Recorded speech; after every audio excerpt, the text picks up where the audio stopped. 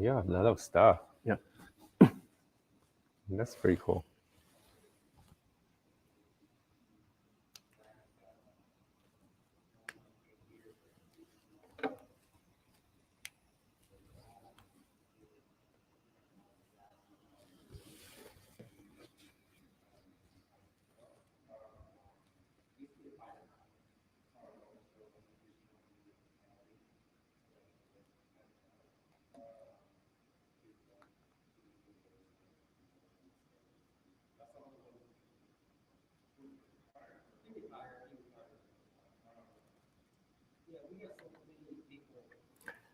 玉那覇尚也のパイロットになろう。今週も始まりました。番組 MC の稲葉です。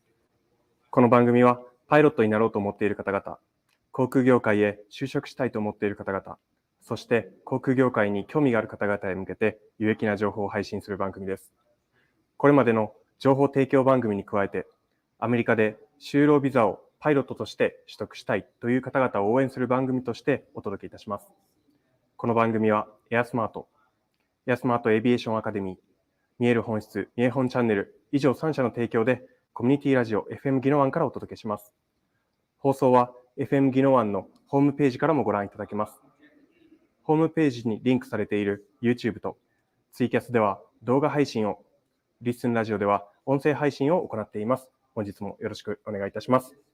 本日はですね、AirSmartシリーズということで、実は、2月、1月あたりにですね、インタビューする予定だったAirSmartの、外国人パイロットシリーズ、まだあと2、3名ほどいまして、今回は先日機長昇格した台湾人のケビンに来ていただきました。そんなケビンですね、現在AirSmartで機長していただいてるんですけれども、AirSmartでの生活であったりとか、パイロットを目指すきっかけになったその経緯であったりとかですね。また彼も今は学生ビザについてくるそのインターンシップの就労期間で働いてるんですけれども、それが切れた後どういうプランを持ってるのかっていうところになんていうんですかね、インタビューして深く聞いていきたいというふうに思っております。本日もよろしくお願いします。では CM の方に移らせていただきます。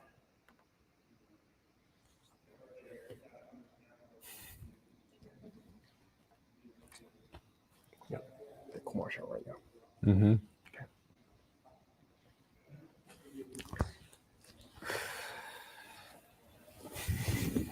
Are you nervous? It's okay. A little bit. A little bit. Comparison the captain check, right? Yeah, actually, checker is pretty easy. But yeah, it's kind of fun. Really?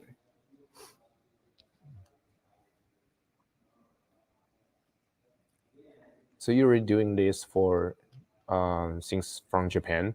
You just started doing after coming here. Oh, okay. Yeah. Started from in HAA or from the AirSmart? From the AirSmart.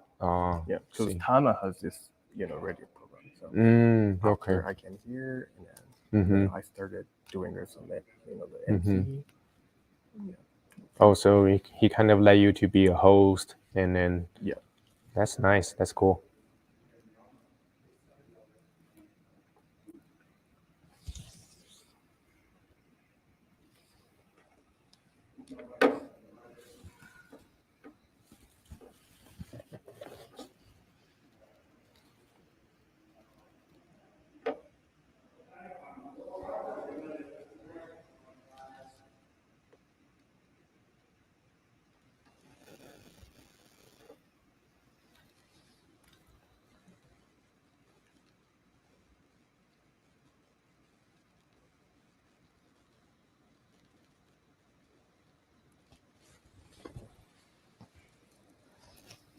$20 seconds to go. Mm-hmm.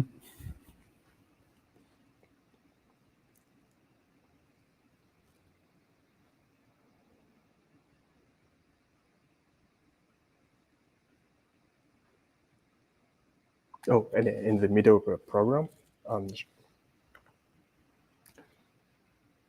はい、本日も始まりました玉那覇尚也のパイロットになろう。先ほどもお話しさせていただいた通り、本日のゲストは台湾人パイロット、ケビンになります。彼はですね、パイロットミーティングの時に、よくポカリスエット、韓国のポカリスエットをよく片手にですね、日本語の T シャツを着て、よく着てくれる、すごい親しみやすいパイロットなんですけれども、そんな彼に今日は質問していきたいというふうに思います。So, could you introduce yourself briefly? Yeah. So, hello guys. My name is Kevin, but my Mandarin name is Kai Chong. So basically, just like Kentaro says, I'm from Taiwan, and I'm 31 years old. I started doing my pilot training about like 6 years ago in Oregon.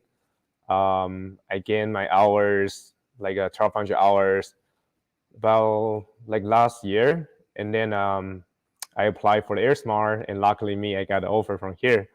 And yeah, I did my, now I'm just doing the captain duty for the PC-12. Recently, I just reached to my 100 hours PIC on the PC-12. So, yeah. 台湾人のケビンですということで、6年前に、オレゴンで、パイロットのトレーニングを開始して、で、ちょうどチャーターのオペレーションのキャプテンに応募するには1200時間っていう風な時間が必要になります。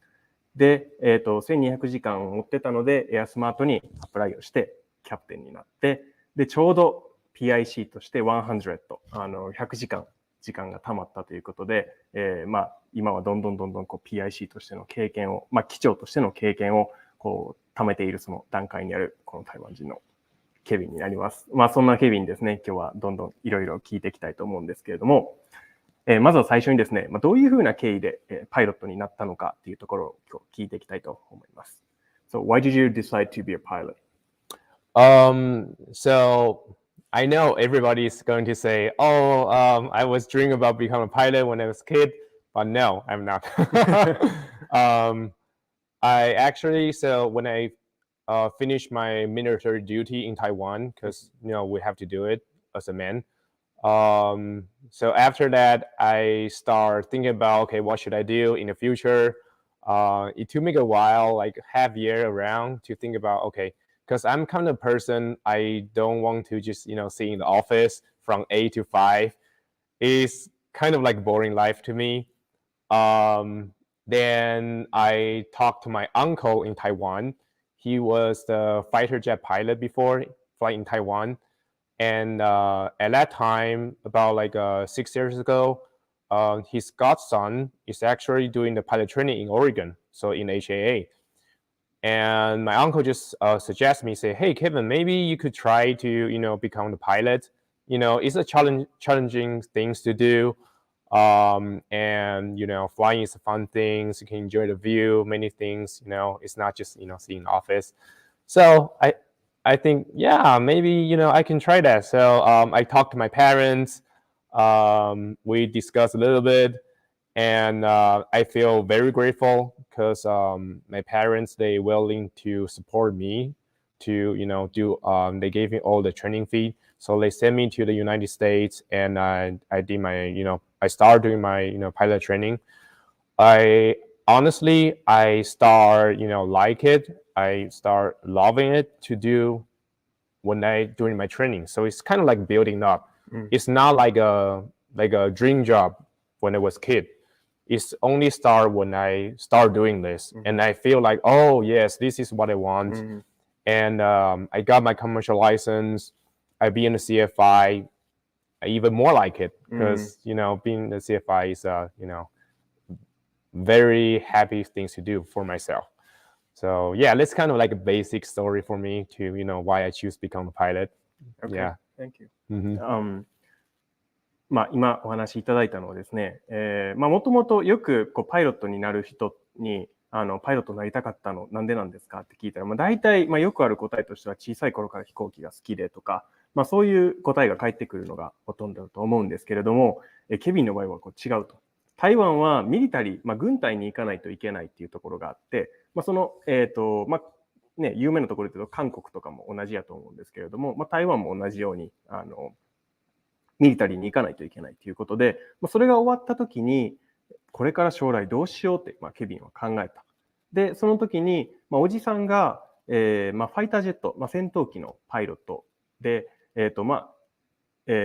その息子さんかな、息子さんがそのオレゴンで、飛行機の訓練をするっていうところで、ちょうどケビンにも紹介してくれて、で、ケビンはそのまま、パイロットって面白そうだなっていうところで、実際にオレゴンの方に行って訓練を始めるわけなんですけれども、もちろんそもそも昔から飛行機がめちゃくちゃ好きでとかっていうわけではなかったので、最初はおそらく半信半疑だったと思うんですけれども、やっていくうちに、だんだんトレーニングをしていくうちにコマーシャル CFI になっていくにつれて、より飛行機が面白いなっていうふうに感じるようになって、すごく今は良かったなっていうふうに思ってるっていう話してくれましたね。で、ご両親もすごくサポート、なんていうんですかね、積極的にサポートしてくれるっていう意思を見せてくれたので、自分もこっちに来ることができて、感謝しているっていうふうに言っていただきました。はい。ですね。そういうふうな形で、ケビンはパイロットのトレーニングを始めるわけなんですけれども、AirSmartに今ここにいます。で、なぜAirSmartに来るようになったのか、そういうその経緯とかっていうのを聞いていきたいなというふうに思います。So, you were doing a CFI job before you came to the AirSmart, but why did you choose the AirSmart, and then why did you choose to quit the CFI job, and then why did you decide to be a charter pilot? Like something. Could you explain that? Like related with your actual story? Yeah. So I was doing a CFI about close to 1.5 years, maybe like 1 year and 2 months. I pretty enjoy when I was doing CFI because I always had a good relationship with my students, and most of them, they are actually from Japan. And I just feel like very happy because when I've been the CFI, when you see your student, getting their license to become the pilots, those things is just, make me happy. But I mean, why I want to, move up to do a charter flight, I would say the main reason is because, being a CFI, most likely we can only do in the small aircraft. We cannot go, that high altitude. So everybody, I mean, all the pilots, they kind of have a dream to, reach the flight level, the high altitude, and fly the bigger aircraft for sure. So I was, when I reached to my 1,200 hours, and so the funny story is actually it's my student, the Japanese student, tell me about AirSmart, and I look into it. I feel like, wow, they are doing the PC-12, and also they have a PC-24. So before I joined the AirSmart, I already know the PC-12 because the thing is because my previous roommate, she's from Switzerland, and PC-12 is made by the Swiss. So she already told me about, how amazing is the PC-12. People say it's the greatest single in the world. So yeah, I was always want to try to do in the PC-12. And AirSmart is kind of like a, perfect environment. And also another thing is when I was, doing my interview with Tommy and Tama, they let me know if you're doing the captain here, the flight schedule you got is like you work 8 days straight, but you'll get your 6 day off right after. 8 on, 6 days, right? 6 off, right? Yeah, so that's kind of like perfect for me because when I do my CFI, I don't take a rest at all. Because at that time I have many students, so I want my, every student can, treat them like the same way. So I basically don't have any day rest. Yeah. So when I hear about this, the AirSmart schedule for captains, I feel like, wow, this is very good actually. You can fly a PC-12 and you can basically come back home every day. So that's another plus. And yeah, right now I'm just flying the dream aircraft I always want to, do. Yeah, so basically like this. 今なぜ、エアスマートを選んだのか、なぜチャーターパイロット教官として働いていたのに、チャーターの方に来る決心をしたのかっていうところを聞いたんですけれども、もちろんその CFI、教官の仕事をするのはものすごく楽しくて、やっぱり生徒がパイロットになっていくのを見るのはすごく楽しかったっていう話をしてくれたんですけれども、やっぱりその一方で、やっぱり自分自身パイロットとして、やっぱり高い高度、高高度、ハイアルティテュードっていうんですけれども、高いところを飛んで、いろんなところに行くっていう経験もやっぱりやってみたい。で、やっぱり訓練機っていうのはやっぱり小さいスモールエアクラフトなんですけれども、やっぱり大きい飛行機に、やっぱりパイロットとして大きい飛行機にも乗ってみたいっていう、やっぱりその思いがあったので、ちょうど1200時間っていうのが、チャーターの会社に応募する一つの基準の条件なんですけれども、そこに達したときに、チャーターのパイロットをなってみたいなっていうところがやっぱりあったみたいですね。で、うちがAirSmartが持ってるチャーターの機体が PC-12 っていう PC-12 という機体なんですけれども、その機体がですね、スイスで作られた飛行機になります。で、彼のルームメイトがスイス人の女の子だったみたいで、彼女がスイス人であるっていうところからも、PC-12 っていう機体がどれだけすごくいい飛行機かっていうのも、前々からやっぱり聞いてたので、そういういろんな要素が絡み合って、PC-12 を持ってて、AirSmartの面接を受けた時にも、うちの、皆さんこれ、YouTube でも見られてると思うんですけど、社長、CEO のタミーさんとか、あと、玉那覇さんと、面接をしたらしいんですけれども、その時に、うちはこれはね、前々からも言ってるんですけど、8日働いて6日休むっていうふうに、なってるので、しっかり8日働くところはしっかり働いて、6日間連続で休暇取れるっていうのはすごくワークライフバランスの面からすごくいいなっていうところをやっぱりケビンは話してくれてて、これはラジオ外で少しこの前も話した時にやっぱりなんていうんですかね、しっかり休みを取って自分の好きなことができるっていうステージにだんだん来てるんかなっていうことを言ってて、パイロットとして最初はね、がむしゃらに働くっていうのは必要かもしれないんですけれども、だんだん自分のなんていうんですかね、私生活の方もしっかり時間を取っていきたいっていうことで、今の、このAirSmartっていうところにたどり着いたみたいですね。はい。じゃあ、ですね、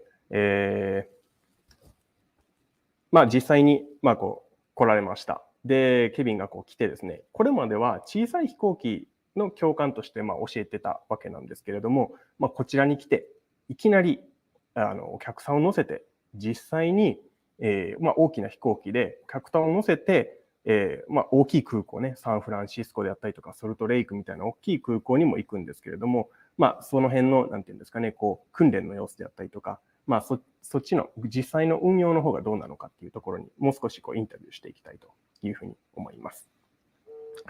So, you came to the AirSmart, right? And then, and then one thing, you were super lucky. I was super lucky too, because they don't hire the pilot from the outside anymore. Oh yeah. Yeah, they're trying to hire from the student from the AirSmart Aviation Academy. I see. And then or the pilot who already knew someone inside the company. Yeah, inside the company. So honestly, we were super lucky. But anyway, you just came here. Yeah. And then how's the PC-12 training? How was it? And then what was the most difficult part for you? Because you were the instructor for the small aircraft. Yes. So what's the difference between, the Cessna 172 or, the small aircraft and then PC-12? And then, what was the hard part for you?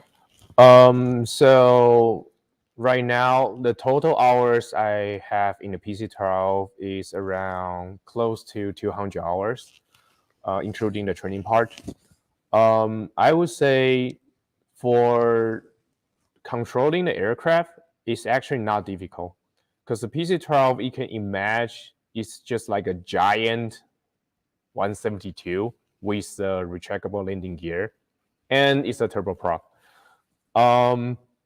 The only things I would say, the most challenging things for me in the PC-12 is the avionics system. Because when I do my training in the flight school, we only use very like a traditional 6-pack the instruments. But if you see in the PC-12, especially the NG, the version for NG, it's all like glass cockpit and with a pretty good autopilot setting. So for myself, control the aircraft is not that difficult once you get a feeling, the sight picture, because definitely you're more taller compared to seeing the 172. But once you get a sight picture for the view for the PC-12 when you see in the cockpit, it's not difficult at all. When I do the training with Tommy, he told me PC-12 is actually pretty, maneuverable. So you don't need to be, that careful. You're not flying like a jumbo jet or something. So you can do some maneuvers in a PC-12 if you need to do. But the only thing is you need to be master for the autopilot setting, because when you go to fly, most likely we're under IFR, so we're controlled by the the air controller. If you mess up with the autopilot, you are going to be behind the aircraft, so behind the aircraft. And you might, maybe like boosting your altitude or your speed or those kind of things, it would happen. So yeah, I will say at the beginning, the most struggling things for myself is I need to be very familiar about the avionics and the autopilot. Yeah. 彼はもともとは CFI として教官をやっていたんですけれども、PC-12 に急に来て、どういうところが大変でしたかっていうのを聞くと、PC-12 自体は、すごくマニューバビリティって言ってた、操作性っていうところですね。操作性がすごくいいっていう話をしてくれました。確かにめちゃくちゃすごいです。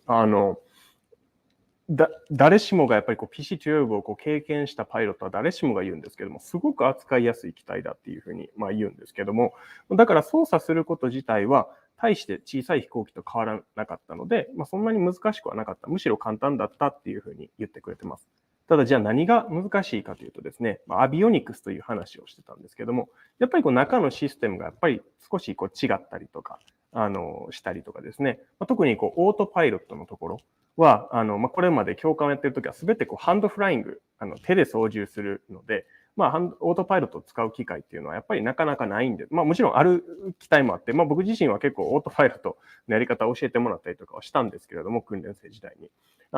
そうじゃない学校とかも結構あるので、CFI になって、教官になってるのにもなってるけれども、オートパイロットの使い方があんまりわからないっていうことは結構よくある話です。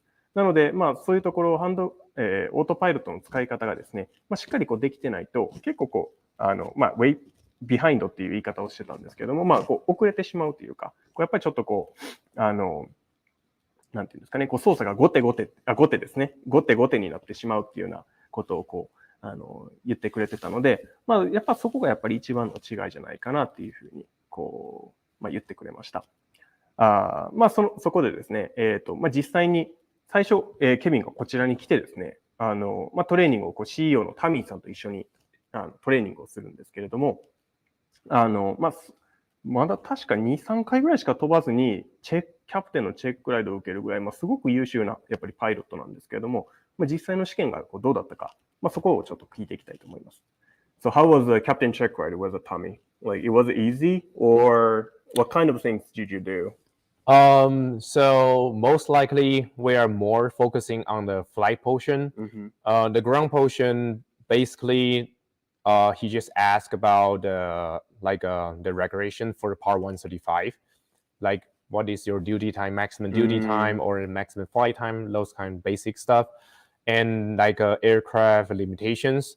Because what he told me is, you're a pilot, right? So you don't need to be master for how does the engine work, how does the the airflow for the engine, or all the electronic stuff, and how does the landing gear work, or what is 2.5, what is those kind of things. So what he told me is, you're a pilot, so basically you need to know how to fly the aircraft. You're not going to fix the aircraft, right? You're not a mechanic. So that's why during the oral, basically just asking me about what's the aircraft limitations and the regulation for the pilot. because we're doing the part 135. But flight portion is kind of different story. Flight portion, we did like 4 approaches, and In where? we did one at the northeast from here, so it's called Mystique, and another one is St. George. So we go those 2 airport. We did 4 different kinds of different types of approaches. So we do the LDA approach, which means they're like pretty similar than the ILS. Just it's a bit off course. It's not aligned with the runway center line. And also we did the RNAV approach. One is for MDA, which means step down. Another is LPV, which means it's giving us the vertical guidance. So we do an approach. Basically, Tommy want to see I know how to set up the autopilot, because all the approaches, different types of approach, they have a different way to do with the autopilot. So he want to see how to set up with the autopilot. And some like basic maneuvers, like the stalls, the power on stall, the power off stalls, the steep turns in the PC-12 is really easy actually. And kind of like similar engine failure. He want me to show him how do I he basically put the power to idle, and just similar we got engine failure, and we will need to glide down to the airport and try to land it.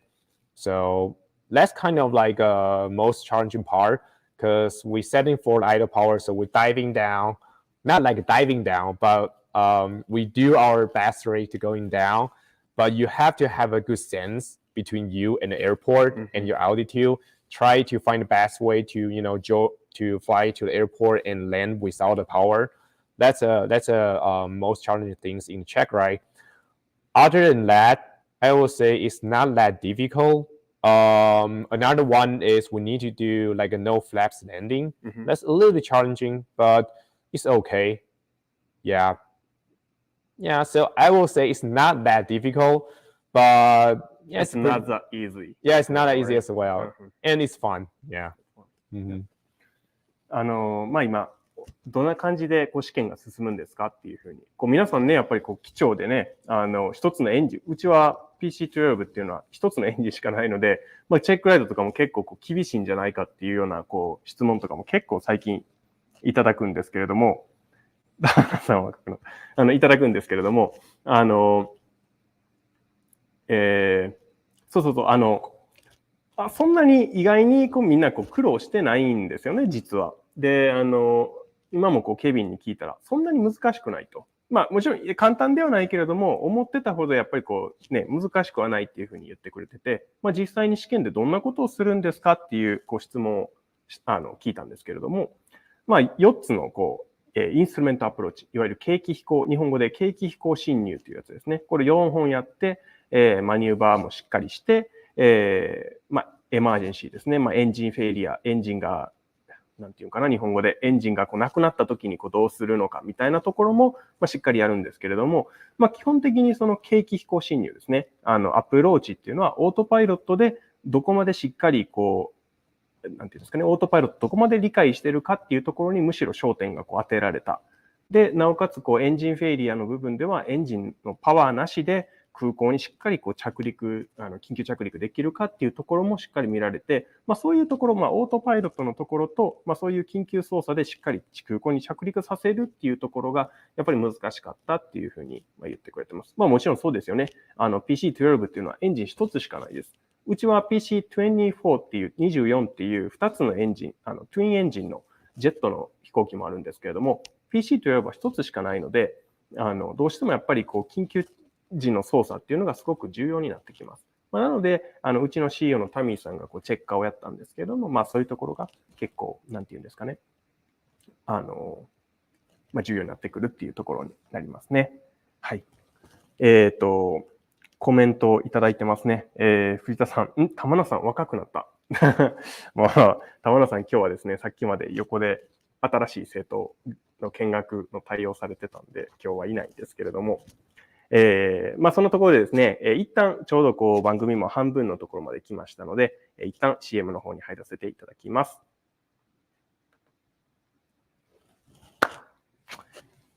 Good job. Just taking a rest? Yeah. Okay. Cool. So the people, they usually go watch on the YouTube, or it's actually in the radio channel? In the radio. Oh, that's really nice. But they can also watch on the YouTube? Yeah, on the YouTube. Ah, gotcha. But I think most of them listen this program with the radio, not the like YouTube. Yeah. Got it. That's cool. I'm gonna be your first officer soon. Of course. What hours do you have right now? I cannot say that because it's Okay. the program right now. Close to be your first officer. So Nice. Yeah. Cool. Tommy told me like you're gonna be a first officer soon. So That's cool. Yeah. Yeah, I think recently they just have a new CFI in here, Yuko. She's also from the HA. We know each other before. I think she will be here around like middle of April. Middle of April. Yeah. So yeah. Japanese? Half, but she doesn't know how to speak Japanese. I think she's mixed, like Japanese and Filipino. Oh, she was in this Oregon? Yeah. The same school? Yes, she did a training in HA8 at the Hillsborough campus, but after she got her CFI, and then she moved to Arizona to do the CFI there. And recently, I think she just finished her master degree, so she got like 3 years OPT. Oh, that's why. And then I think some reason she knows Tama. They had some event, they meet each other, and they talk about the academy here. Yeah. はい。では CM 明けですね。紹介文が玉名さんになってるんだもん。これはミスですね。僕のミスです。すみません。紹介文間違ってますね。MC 僕です。すみません、皆さん。間違って入れてしまいました。ここでですね、毎回恒例、まなみんの質問コーナーいきたいと思います。では、ちょっとまなみさんを呼びますね。はい、まなみさん。聞こえますか？そうです。はい。OK です。よろしくお願いします。お願いします。今日は台湾人、ケビンです。ですね。お願いします。はい。なんか、このAirSmartに来たきっかけのところで、はい。この8金6級ですか？8金6級。はい。話があったじゃないですか。はい。この8金って結構きつくないかな。しかもパイロットって結構いろんなところに飛んだりするじゃないですか。はい。そこら辺はきつくないのかなっていうちょっと質問をしたいなと思います。一応あれなんですよ。8金って言ってもスタンバイの日も入ってるんですよ。なので8日連続で飛んでるわけではないんですよ。ただ一応聞いて。はい。So she asked the question. So you mentioned about the eight on and the 6 off, right? Yeah. So like it sounds like a little bit like hard, like 8s are continuously like on. How do you feel like it, like 8s on? So for me, but it's including the standby day, right? Yeah. So for me, it's actually not that tough. The reason why is sometimes we will have like a long day, start from morning all the way to suns go down, very close to the 14-hour study time. But yeah, of course, it's very tired if I have those kind of schedule. But most of the time, the schedule we got is only like a 6-hour flight, something like that. So I would say it's not that bad. And 8-day works, basically, you're not actually work for 8 days because it's actually including the on-call, which means a standby. So even though you are on 8 days, but sometimes you will get those, standby day. You don't need to go to fly. You just need to make sure if they call you, okay, I will be here. So I would say it's not tough at all. and I'm pretty enjoy to fly the PC-12, so I'm totally feel okay with that part. ということみたいですね。なのでやっぱりスタンバイの日も入ってるし、なんていうんですか、もちろんね一日長い日もあるんですけれども、そこまできついわけではないっていう話を。はい、なるほど。ありがとうございます。いえいえ、はい。そんな感じで今日もありがとうございました。はい、ありがとうございます。はい。じゃあちょっとここで戻りますね。はい。ということでですね、そうですね、先ほどまでで、実際にチェックライドがどうなったのかっていうところまで聞いてたんですけども、じゃあ実際にですね、機長としてデビューして飛び始めてもう100時間ほど飛んでるんですけれども、実際のなんていうんですかね、機長になってからのフライトはどうなのかっていうところを聞いていきたいというふうに思います。So, okay, so move to your the captain life, okay? So after pass your captain check, right? You became captain, and then how was that? Like, how was it? Like, do you have any story about after being a captain? Like, do you have specific experience you did? Like you did make you made a sometimes you made a mistake. Sometimes you had the good time, good experience. Yeah. With being your captain, of course. Yeah. So the thing is, after passing check, right, which means I can start logging as a PIC time, right? So that's a kind of like the big deal. But being a PIC, which means you have to have the full responsibility for this flight. That's a very important thing for me. I mean, because basically your FO is just kind of like support you. So everything is on you.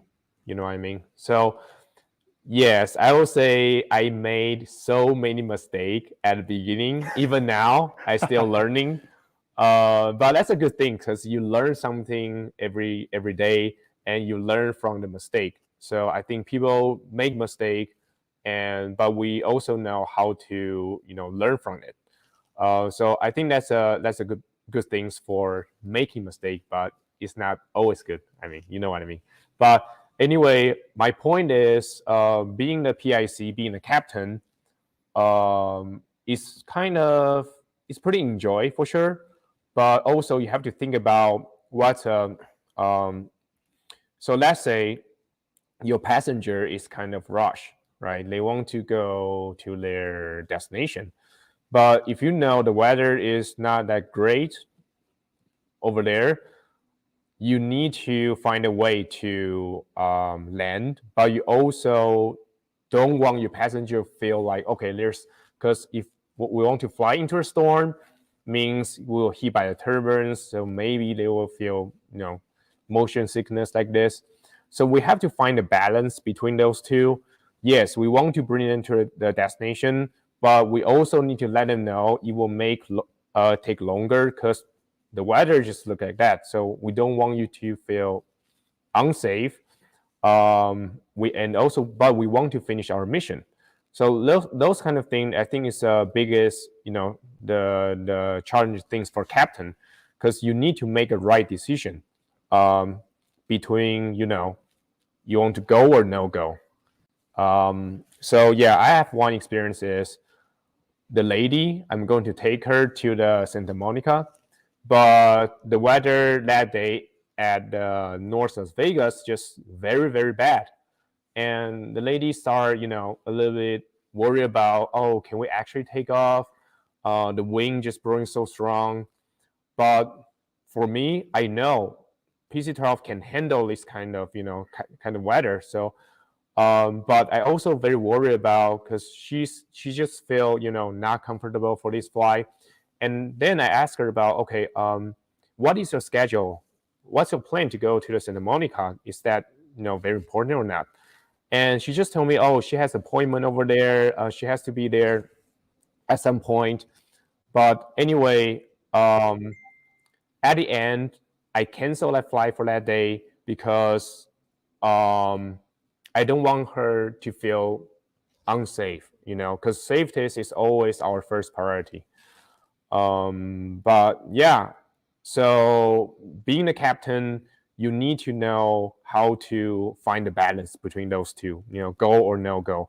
If you don't go, which means maybe a passenger get mad why you decide to cancel a flight, but you make a decision because maybe you don't want to go because by the weather or something else, right? Yeah, so I would say that's the most important part to being a captain. Yeah. Okay, thank you. 実際のAirSmartになってからの、AirSmartで機長になってからのフライトどうでしたかっていう話聞いたんですけども、やっぱりミスはあると。どうしても最初はね、やっぱりミスがあって、よく彼が焦ってるのを僕ちょっと横で見てたりとかするときはあるんですけれども、やっぱりどうしてもね、特に彼はそのファーストオフィサーっていうその副操縦士、うちはSIC って言って、レギュレーション、法律上は SIC になってる、セカンドインコマンドっていう形になってるんですけれども、うちは、一応ファーストオフィサーという呼び方で呼んでたりとかするので、今回は副操縦士って呼び方させてもらうんですけれども、副操縦士を経ずに、いきなり機長のところになってるので、PC12 に対して経験があんまりやっぱりないんですよね。なので、副操縦士よりもやっぱり経験が少なかったりとかするので、やっぱり最初は結構ミスもあるんですけれども、やっぱりミスして学んでいくっていうところがやっぱり大事やっていう話を言ってくれてて、これはこれから訓練をする学生さんにもこれ同じことだと思います。やっぱり最初はね、いろんなミスすると思うんですけれども、どうしたら次同じミスをしないかって考えることの方が僕は大事だと思うので、また同じことを失敗してたら全く意味がないんですけれども、やっぱりどうしたらミスがなくなるか、これを考えていくのがいいパイロットだと僕は思います。で、それに加えてですね、実際大変なところは何かっていうところで、具体的にお話しいただいたのが、やっぱりパッセンジャー、お客さんが、急いでる時ってもちろんあるんですよね。どうしてもこの仕事のアポイントメントがあって、ここに行かないといけないっていう時に、ウェザーが、天気が悪かったりとかしたらですね、結構揺れたりとかするわけなんですよね。天気の悪いところを突っ切っていったりとかすると。そうすると、やっぱりちょっと遠回りになっても、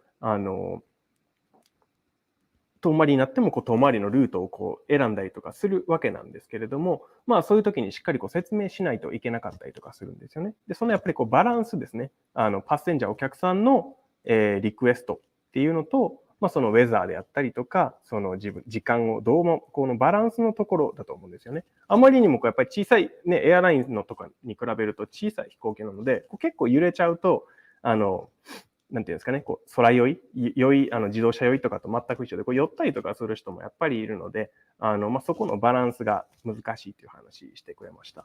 で、実際にそのね、お客さんで、ちょっと、その目的地に行かないといけないっていうところで、この風で大丈夫っていうふうに彼に聞いて、で、彼は、アポイントメントはいつなんだ、何時に用事があるんだっていうところをしっかりお客さんとコミュニケーションを取ってですね、やってるっていうところ。だからそこの、なんていうんですかね、微妙な判断がやっぱり求められるんですよね。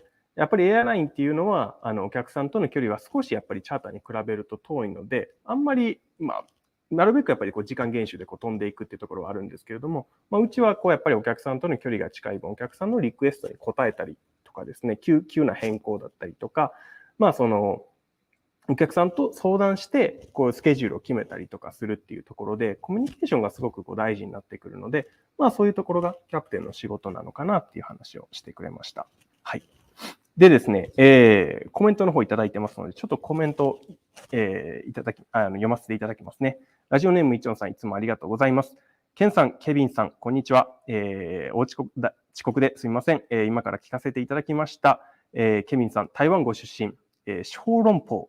これ、なんていうんですかね。大好きです。台湾エバー航空が有名ですが、最初聞き逃してしまって申し訳ないのですが、ケビンさんから見た台湾の航空事情とか、アメリカで機長になった今どう思われますか？どうなっていってほしいと考えますか？そしてケビンさんの今後はどのようなステップへ夢をお持ちですか？と質問をいただいてます。So I got a question from the listeners, and then she said, how's the aviation industry in Taiwan, and then comparison the United States, and then what do you think about that? So I would say is very different compared between the Taiwan and the US, because basically they have a total different like a training system. In Taiwan, usually the people who become the pilot, they're all from like a cadet program. So like EVA Air or China Airline or the Starlux, the newest one, they usually just find like people who just kind of like graduate from the the university. It's same as Japan. Yeah, so they find those people and they did an interview.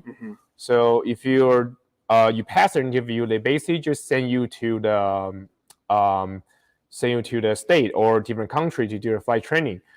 And about, I would say approximately about like 250 hours, then they will just put you to fly the big jet, like Boeing 737 or Airbus 320, whatever. But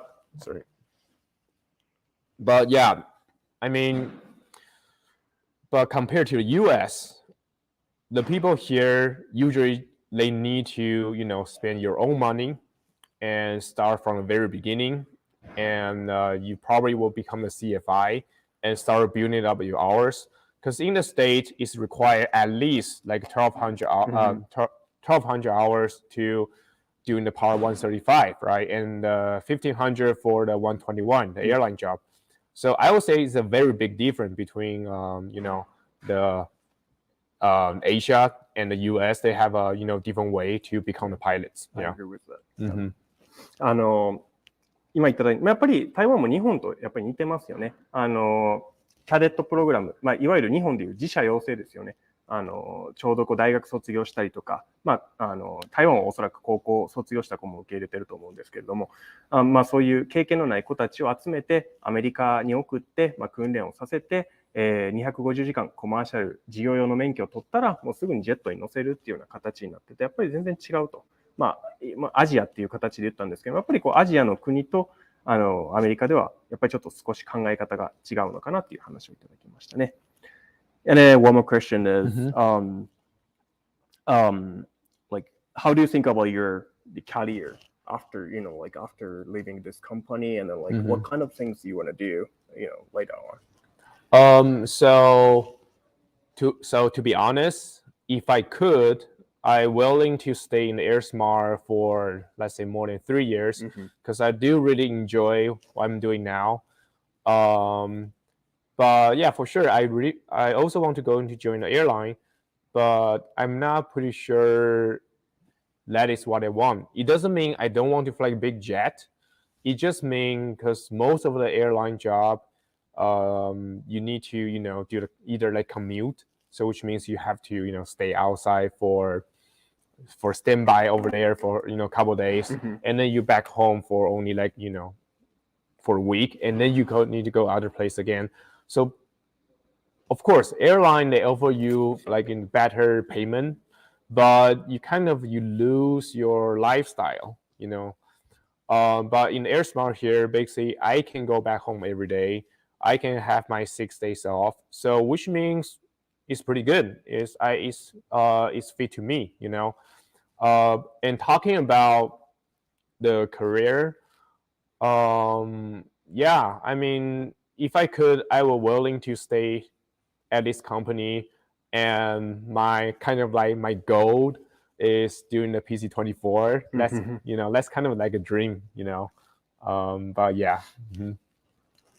今いただいたんですけれども、今後なんですけども、やっぱりできるんだったらエアスマートに残りたいと。ビザの問題があるので、うちは就労ビザとかは出さないので、ビザが消えてしまったら自分であとはもう方法を見つけるしかないんですけれども、できるんだったらエアスマートに残りたいと。それも3年以上ぐらいはやっぱり残って、うちは PC24 っていうツインのジェットがあるんですけども、それもやってみたいと。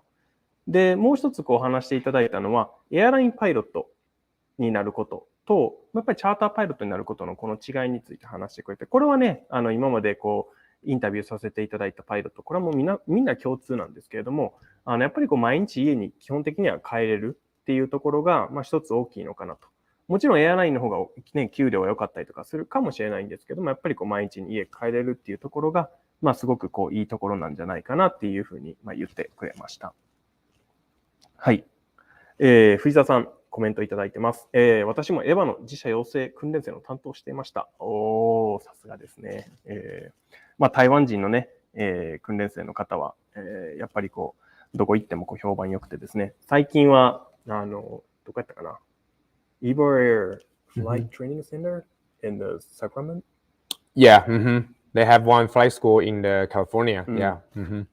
エバー航空ですね、実は最近フライトスクールね、アメリカに作りまして、自社養成のその訓練生もいるんですけども、地元のアメリカ人も結構こう招待しててですね、一度こう見ていただきたいんですけれども、何やったかな、3年ぐらいこう CFI をやると、ファーストオフィサー、エバーエアでのその副操縦士のポジションを上げますよみたいな求人がですね、教官募集で出てまして、なんか一時期、なんかちょっと僕とか僕の知り合いの中で結構有名になったことがあったんですけれども、すごくいい会社さんみたいですね。私の友人が一人そこでCFI してるんですけれども、もうすごく雰囲気良くてですね、生徒も意欲的でやりがいがあるっていうふうに話してくれてましたね。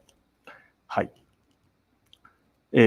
藤田さんですね。私の前の上司仕事の上司がそこのサクラメントの訓練所のチーフパイロットです。多分ね、僕の友人のことも知ってるかもしれないんですけれどもね、やっぱりエビエーションの世界は狭いなというふうに思うんですけれども、ですね、すみません。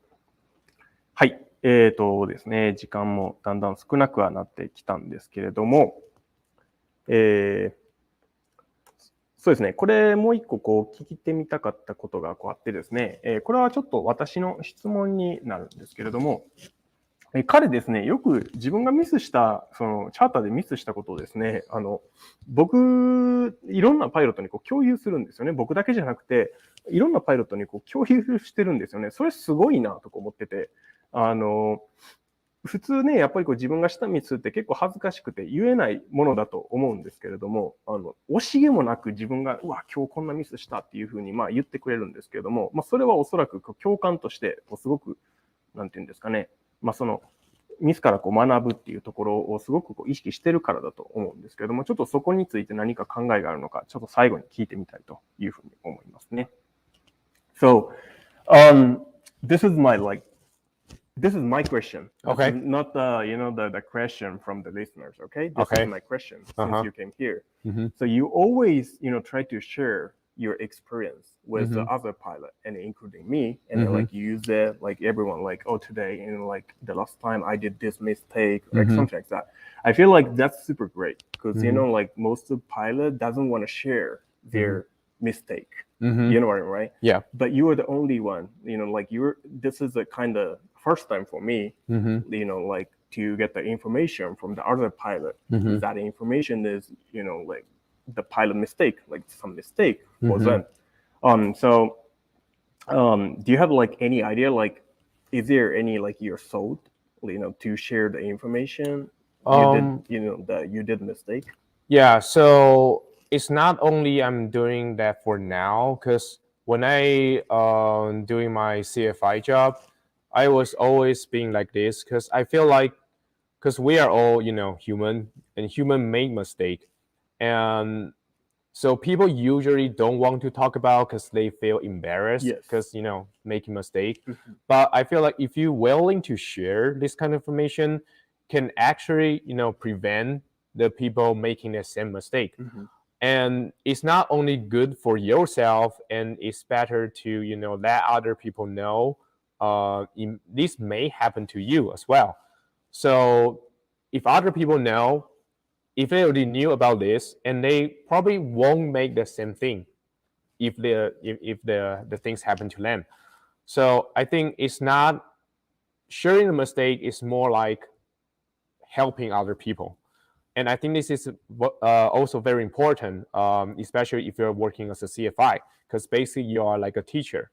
So, helping people is not for your own benefits. It's for, for the whole company, I can say that.